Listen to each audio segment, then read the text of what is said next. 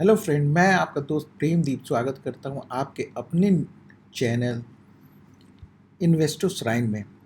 आज मैं जिस कंपनी के बारे में बात करने वाला हूं उसका नाम है ओरियाना पावर लिमिटेड। आज हम इसी के बारे में डिस्कस करेंगे। ये कंपनी बेसिकली रीन्यूएबल एनर्जी के बिजनेस में है और ये पावर प्लांट इंडस्ट्रीज या कॉमर्शियल क्लाइंट को प्रोवाइड कराने का काम करती है।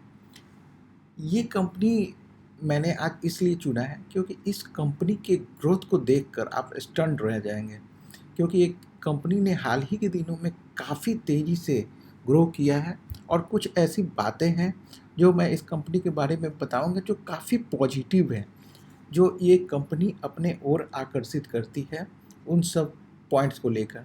सबसे पहले हम लोग आ जाते हैं मार्केट कैप की बात करते हैं। तो ये मार्केट कैप 4,306 करोड़ का है और इसका करंट प्राइस की बात करें तो ये 2119 रुपये की है, जो कि थोड़ा महंगी दिखती है। लेकिन मार्केट कैप, हम बेसिकली मार्केट कैप को ही देखते हैं क्योंकि मार्केट कैप ही किसी कंपनी के पोटेंशियल को अनलॉक करता है और इसी से पता चलता है कि कंपनी आगे कितना ग्रो कर सकती है। स्टॉक पी की बात करें तो 27.2, मात्र 27.2 स्टॉक पी 27.2 है, जो कि सेक्टर के पी से काफ़ी कम है, जो कि 50 से 90 तक के बीच का है। अगर आर की बात कर ले, रिटर्न ऑन कैपिटल एम्प्लॉयड की, तो 42.3% के करीब है। अगर 15% से कंपनी की आर ज़्यादा रहता है तो वो कंपनी काफ़ी अच्छी मानी जाती है। लेकिन आप देख सकते हैं कि यहाँ कैपिटल एम्प्लॉयड, जो रिटर्न ऑन कैपिटल एम्प्लॉयड है, वो काफ़ी अधिक है, 42.3% है। वहीं आर की भी बात कर ले तो 48.3% है, जो कि काफ़ी अच्छा है। अब हम बात करेंगे कंपनी के कंपाउंडेड सेल्स ग्रोथ की।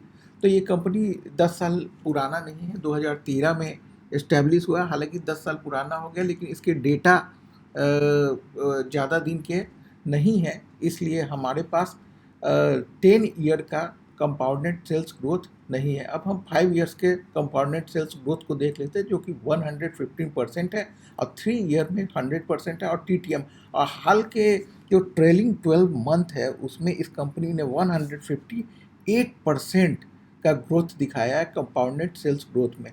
जबकि अब प्रॉफिट ग्रोथ की बात करें तो ये और भी बेहतरीन है।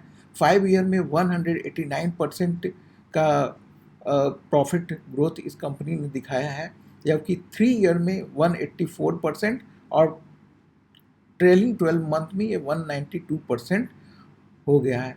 जैसे जैसे टाइम बीतता जा रहा है, ये कंपनी का परफॉर्मेंस काफ़ी बेहतर होता जा रहा है। इसके सेल्स ग्रोथ में भी कोई कमी नहीं है और ना ही इसके प्रॉफिट ग्रोथ में कोई कमी देखने को हमें मिल रहा।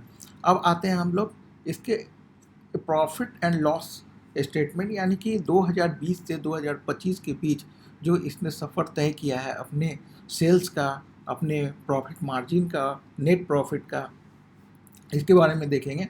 तो इसने सेल्स 2020 में 21 करोड़, फिर 2021 में 34 करोड़, 2022 में काफ़ी अच्छा छलांग मारा 124 करोड़, फिर 135 करोड़, थोड़ा स्टैग्नेंट रह गया 2023 में।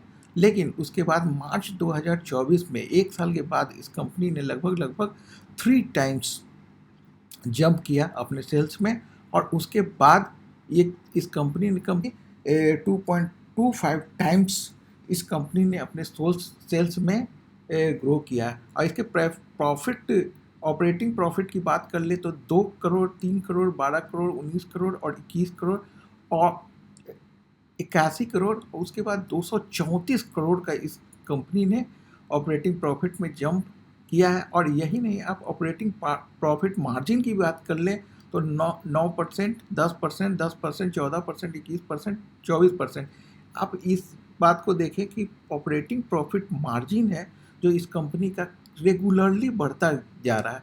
जैसे जैसे कंपनी इस बिजनेस में स्ट्रांग होती जा रही है, इसकी कंपनी के जो इफ़िशियंसी है रेगुलरली बढ़ता जा रहा है और जो कि इसके ऑपरेटिंग प्रॉफिट मार्जिन में भी दर्शाता है, जो कि बहुत ही अच्छी बात है। हो सकता है ये कंपनी आगे इससे भी अच्छी मार्जिन निकाल कर दे पाए, तो ये कंपनी और भी ग्रो करने की स्थिति में हो जाएगी। अब हम नेट प्रॉफिट की बात कर ले 2020 से 2025 के बीच, तो शुरू में उन्होंने 1 करोड़ से शुरू किया, उसके बाद 7 करोड़ नेट प्रॉफिट करने के बाद 11 करोड़, फिर 54 करोड़। ये जो 2023 से 2024 के बीच इस कंपनी ने काफ़ी अच्छा ग्रोथ दिखाया, और 2024 से 2025 में आप देख सकते हैं कि ये 3 टाइम्स मल्टीप्लाई हो गया नेट प्रॉफिट के मामले में।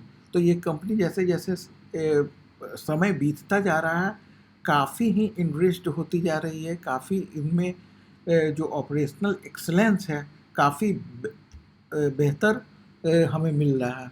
तो ये कंपनी को आप इस तरह से देख सकते हैं।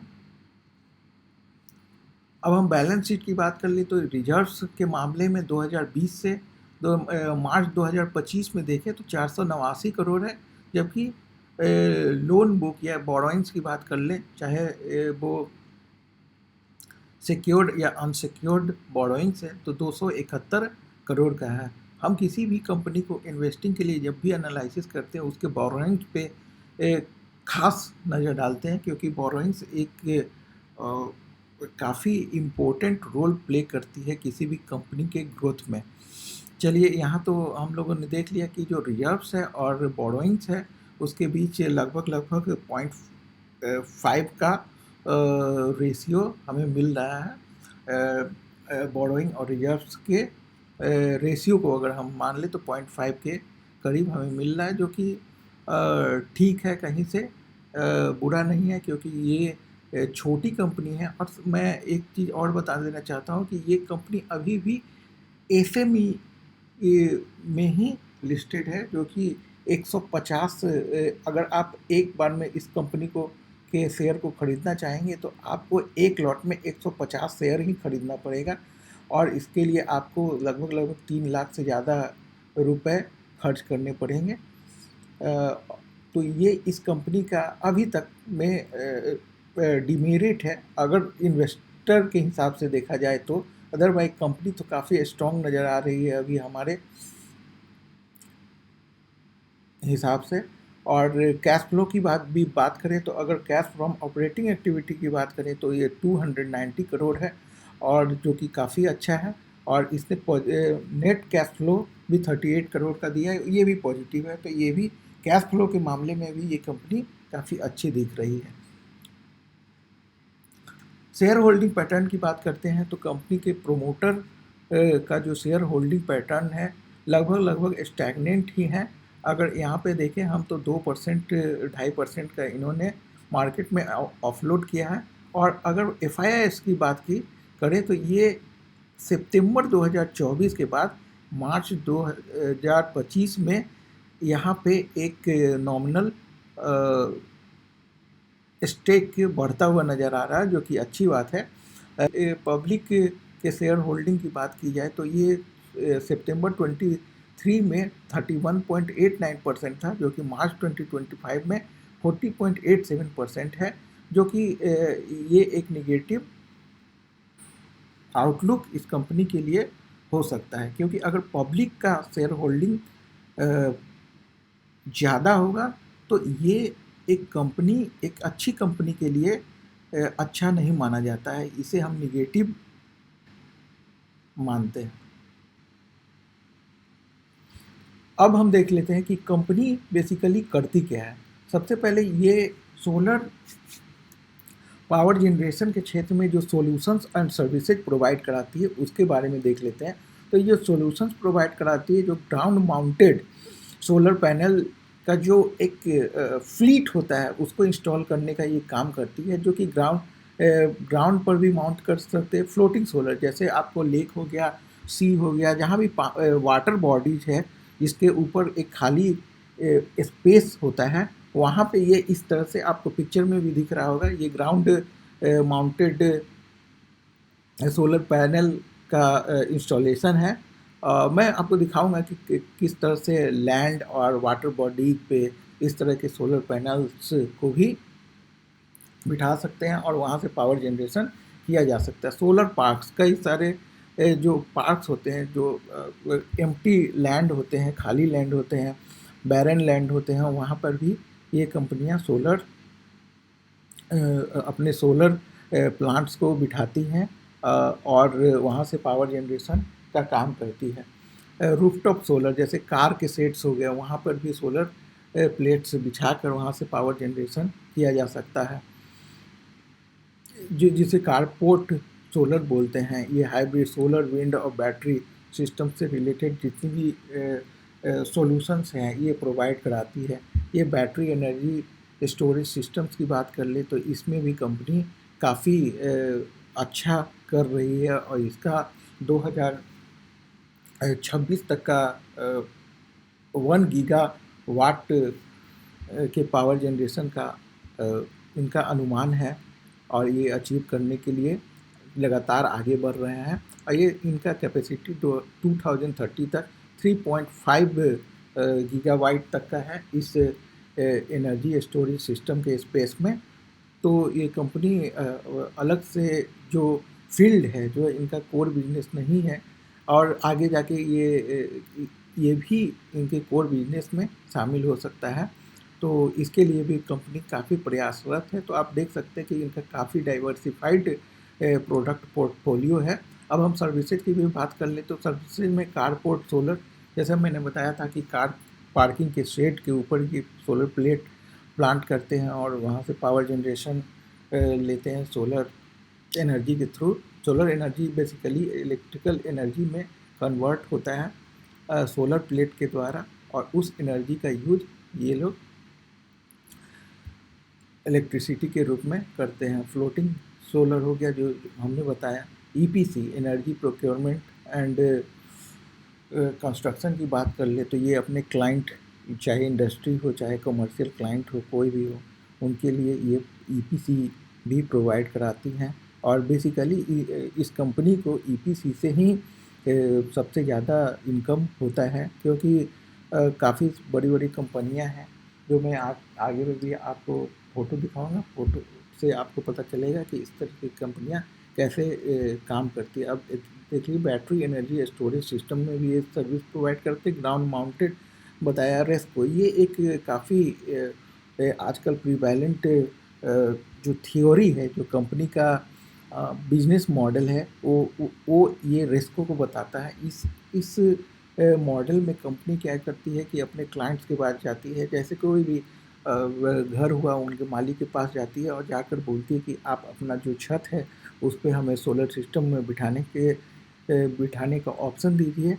उसके लिए आपको कोई भी खर्च नहीं आएगा। आपको पर मंथ यूनिट प्राइस के हिसाब से आपको प्राइस लगेगा इलेक्ट्रिसिटी का। उसी सोलर प्लांट से ही आपको इलेक्ट्रिसिटी प्रोवाइड कराया जाएगा और जो कंजम्पशन होगा उसका यूनिट प्राइस के हिसाब से आपको पे करना पड़ेगा, जो कि मार्केट रेट से बहुत कम होगा। और लोग इसके लिए काफ़ी तैयार हो जाते हैं। तो ये काफ़ी आजकल जो ट्रेंड में चल रहा है, और ये भी इस कंपनी के सर्विस पोर्टफोलियो में है, और ये आगे जाके काफ़ी रैंप अप कर सकता है। अब देखें रूफटॉप सोलर, जैसे यही बात है, रेस्को की जो बिजनेस मॉडल है वो रूफटॉप सोलर की है। ये जाकर क्लाइंट से बोलते हैं कि इस तरह से हम पावर जनरेशन करेंगे, आपको देंगे। और कई सारी इंडस्ट्रीज है, कंपनीज है, और काफ़ी सारे जो अलग अलग क्लाइंट्स है वो अपना रूफ को ये देना चाहते हैं। जैसे बिल्डिंग है, कमर्शियल काफ़ी प्लेसेज पे, तो वो अपने रूफ को देते हैं कि सोलर प्लांट आप यहाँ दीजिए, जिससे इलेक्ट्रिसिटी का जनरेशन हो और हमें इनसे बेनिफिट हो। हाइब्रिड के क्षेत्र में बात कर ले तो ये काफ़ी सारे जो जैसे सोलर प्लांट है, जैसे हमने यहाँ पे देखा था, सोलर, विंड, बैटरी सबसे रिलेटेड ये पूरा का पूरा सिस्टम कंस्ट्रक्ट करके देते हैं, ताकि क्लाइंट्स को कहीं जाने की ज़रूरत नहीं पड़े। अब सोलर पार्ट्स की बात कर ली, जैसे हमने पहले भी बात कर लिया था, ऑपरेशन एंड मेंटेनेंस। ये जो जितने भी सोलर सिस्टम इंस्टॉल करती हैं कंपनियां, उसके लिए मेंटेन ऑपरेशन एंड मेंटेनेंस भी ये प्रोवाइड कराती हैं। अब हम देख लेते हैं कुछ प्रोजेक्ट्स जो इन्होंने कंप्लीट किए हैं। इसमें 3 मेगावाट का विशाखापत्तनम में इन्होंने एक प्रोजेक्ट इंस्टॉल किया था, जो कि फ्लोटिंग सोलर प्रोजेक्ट है। आप देख सकते हैं कि ये वाटर बॉडी है, ये लेक है, और उसके ऊपर उन्होंने सोलर प्लेट्स का सिस्टम इंस्टॉल करके यहाँ से पावर जनरेशन, ये भी आप देख सकते हैं उदयपुर सीमेंट वर्क्स लिमिटेड में माइंस फ्लोटिंग सोलर प्रोजेक्ट है। 1 मेगावाट का इन्होंने एक छोटा सा, ये देखिए कितने एरिया, आप इसको अनुमान लगा सकते हैं। यहाँ से 1 मेगावाट का ये सोलर से पावर जनरेशन किया जा सकता है। अब जेके लक्ष्मी सीमेंट में भी आप देख सकते हैं कि 8 मेगावाट का इन्होंने ग्राउंड माउंटेड प्रोजेक्ट इसको बोलते हैं, जो कि सीधे सीधे ज़मीन पे सोलर पैनल को बिछा के वहाँ से एनर्जी प्रोवाइड कराया जाता है। तो इससे हम लोग ग्राउंड माउंटेड प्रोजेक्ट बोलते हैं। और इस तरह से इन्होंने 8 मेगावाट का सोलर पावर प्लांट इंस्टॉल किया जेके लक्ष्मी सीमेंट सिरोही में। और दूसरी उदयपुर में देख लीजिए cement works limited ground mounted project है, जो कि ग्राउंड माउंटेड प्रोजेक्ट ही है। और ये 4.35 megawatt ground mounted solar power plant है। तो दोस्तों, इस कंपनी ने जिस तरह से हाल ही में रेवेन्यू ग्रोथ किया है, जो आप देख सकते हैं 21 करोड़ से 987 करोड़ का, और कंपनी ने 1 करोड़ से 159 करोड़ का जिस तरह से नेट प्रॉफिट पोस्ट किया है, तो कंपनी के मैनेजमेंट के साथ साथ कंपनी का मैनेजमेंट कितना स्ट्रांग है आप समझ सकते हैं।